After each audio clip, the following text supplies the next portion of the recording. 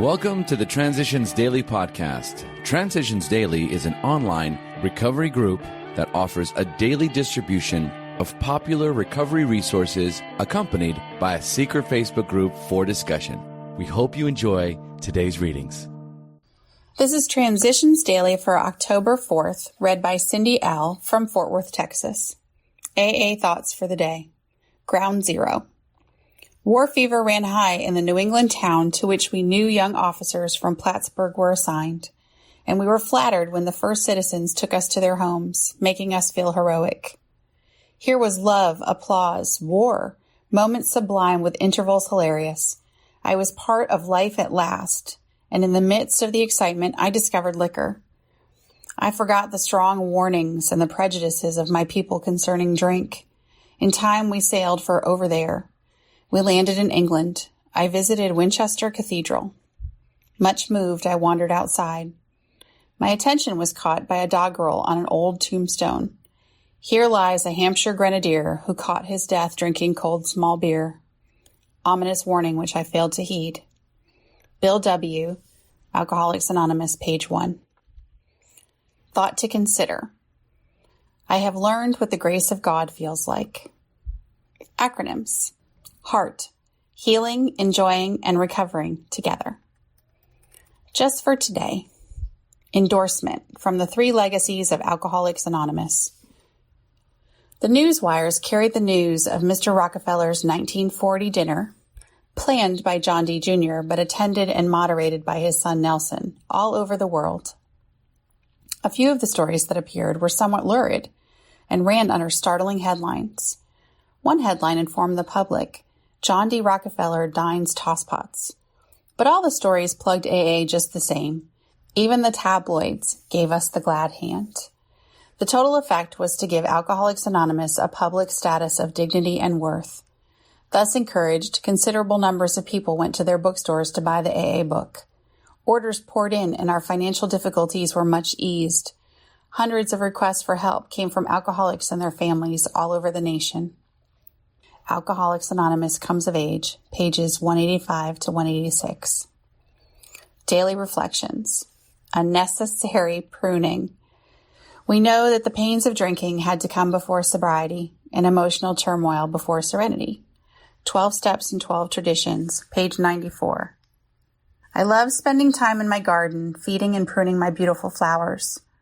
One day, as I was busily snipping away, a neighbor stopped by. She commented, "Oh, your plants are so beautiful. It seems such a shame to cut them back." I replied, "I know how you feel, but the excess must be removed so they can grow stronger and healthier." Later, I thought that perhaps my plants feel pain, but God and I know it's part of the plan, and I've seen the results. I was quickly reminded of my precious AA program and how we all grow through pain. I asked God to prune me when it's time so I can grow. As Bill sees it, to lighten our burden. Only one consideration should qualify our desire for a complete disclosure of the damage we have done. That will arise when a full revelation would seriously harm the one to whom we are making amends, or, quite as important, other people. We cannot, for example, unload a detailed account of extramarital adventuring upon the shoulders of our unsuspecting wife or husband. It does not lighten our burden when we recklessly make the crosses of others heavier. In making amends, we should be sensible, tactful, considerate, and humble without being servile or scraping. As God's people, we stand on our feet. We don't crawl before anyone. 12 and 12, page 86. Alcoholics Anonymous, page 83. Big Book quote. Actually, we were fooling ourselves, for deep down in every man, woman, and child is the fundamental idea of God. It may be obscured by calamity, by pomp, by worship of other things, but in some form or other it is there. For faith in a power greater than ourselves and miraculous demonstrations of that power in human lives are facts as old as man himself. Alcoholics Anonymous, We Agnostics, page 55. 24 hours a day. AA Thought for the Day. Am I critical of other members of AA or of new prospects? Do I ever say about other members, I don't think they're sincere, I think they're bluffing, or I think they're taking a few drinks on the quiet? Do I realize that my doubtful and skeptical attitude is hurting those members, if only in my attitude toward them, which they cannot help sensing? Do I say about new prospects, they'll never make the program? Or do I say they'll only last a few months? If I take this attitude, I am unconsciously hurting those prospects' chances. Is my attitude always constructive and never destructive? Meditation for the day. To be attracted toward God and a better life, you must be spirit guided. There is wonderful illumination of thought given to those who are spirit guided. To those who are material guided, there is nothing in God or a finer life to appeal to them or to attract them. But to those who are spirit guided, there is strength and peace and calm to be found in communion with an unseen Lord. To those who believe in this God they cannot see, but whose power they can feel, life has a meaning and purpose.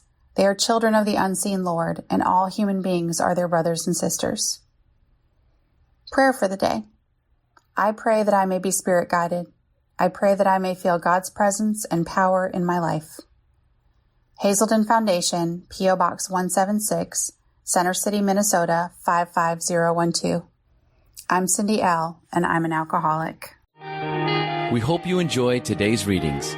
You can also receive Transitions Daily via email and discuss today's readings in our secret Facebook group. So for more information, go to dailyaaemails.com today. Other than the 24 hours a day reading, unless otherwise specified, all quotes copyright Alcoholics Anonymous World Services, Inc., 1952 through 2001.